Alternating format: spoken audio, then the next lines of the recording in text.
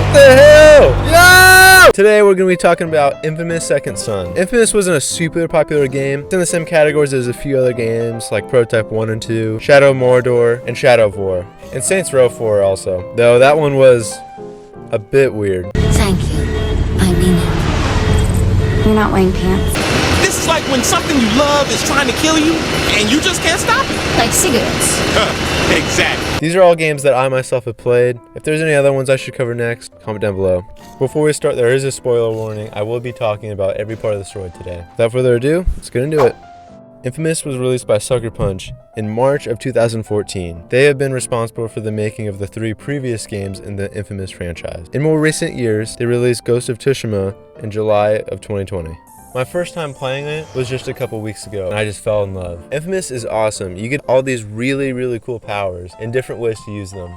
You could use smoke, neon, video, and at the end of the game, concrete. I especially love neon. Now the game is relatively short, but I had a really good time playing it. I really enjoyed the atmosphere and just how everything looked, and I liked how you were able to run around the city and use your powers. We follow the main character Delsin Rowe, and a Comish conduit fighting to get enough power to face Augustine, the main villain, and get her powers. And she's a huge bitch. 7 years after the events of Infamous 2, the government makes the DUP, an army made to hunt the remaining conduits left after the events in Infamous 2. A DUP vehicle transporting 3 prisoners through the Comish reservation crashes and 3 conduits escape. Delsin runs into Hank, one of the escapees, after investigating the crash.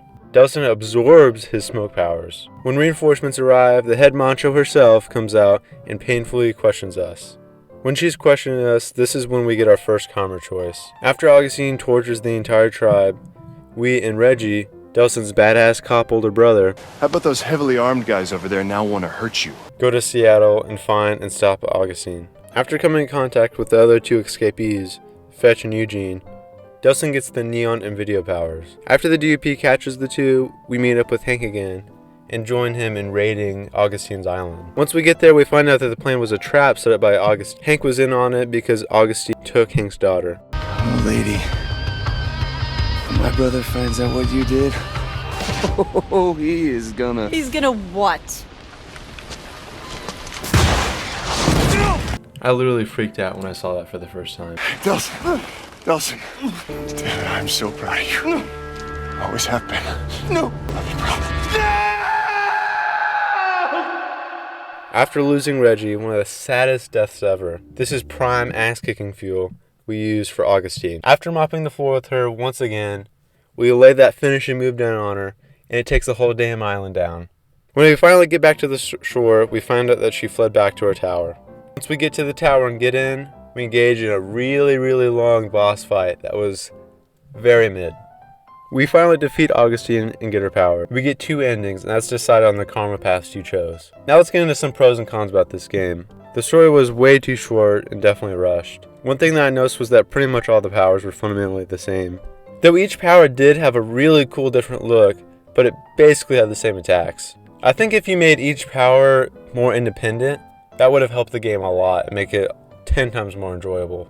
Now saying that, I did have a really good time playing this game, and I loved every second of it. It really is a beautiful game. It's not perfect, but it's beautiful, especially for the time when it was released in 2014. I definitely fully recommend this game to you guys. If you're really feeling it, you can play the other Infamous games as well.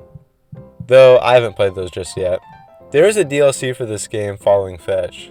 Comment down below if I should cover that next, or if you want any other videos on the Infamous franchise. If there's any other games you guys think I should cover next, please comment down below. I'd love to hear it. Alright, like and subscribe. I'll see you for the next video.